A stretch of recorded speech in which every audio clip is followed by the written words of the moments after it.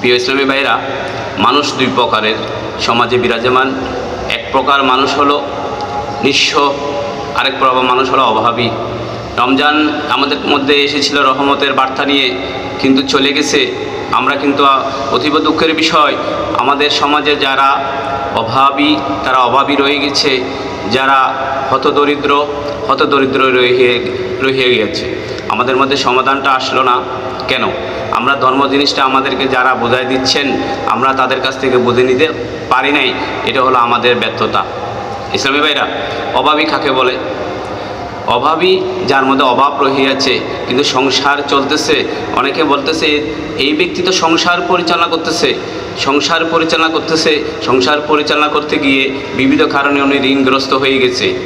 এখন সংসার চালানো সম্ভব, কিন্তু ঋণ পরিশোধ করা সম্ভব হচ্ছে না।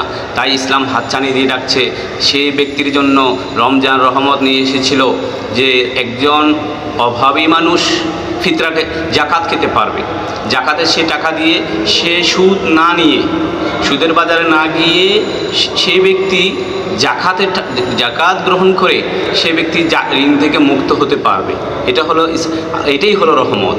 এরপর আছে আপনার নিঃস্ব ব্যক্তি, যারা নিঃস্ব, অসুস্থ, বিমারি, যারা সংসার চালাতে পারতেছে না, নিজে খেতে পারতেছে না, তাদের জন্য ইসলাম হাতছানি দিয়ে রাখছে। তাদের জন্য ব্যবস্থা হলো সাদগায়ে ফিতরা।